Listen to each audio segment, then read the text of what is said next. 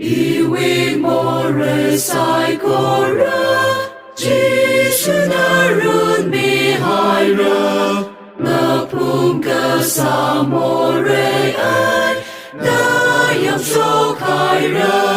Iwi barun mi kahai, Lai manchi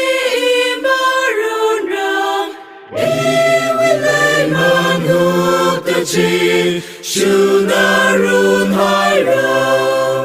Jishu narun haira, Lai man sai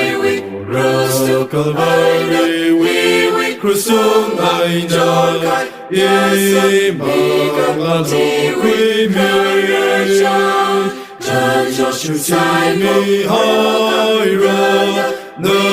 we bang ti ai lai run mi sir haira ye we sai ma sai Jishu na Ilirim pangasakra, imam nalika hole, ali korum ra ili, wikame wiva, iwiva rumi haira, naiman sai kora hukta, ilika hora manga, Quira mi haira,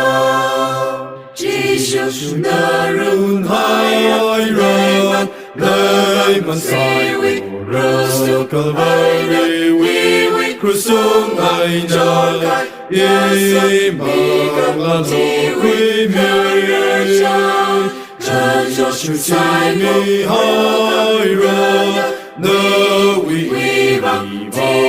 ai lai run mi Sir haira ye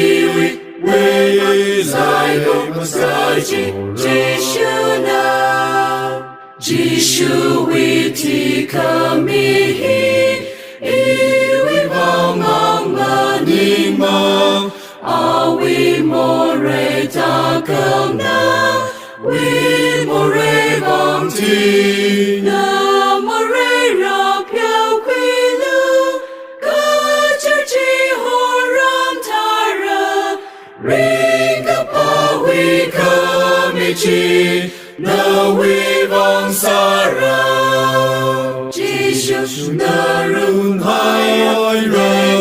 lai man sai Rusu kalvai we krusung ai jai ye ma ti me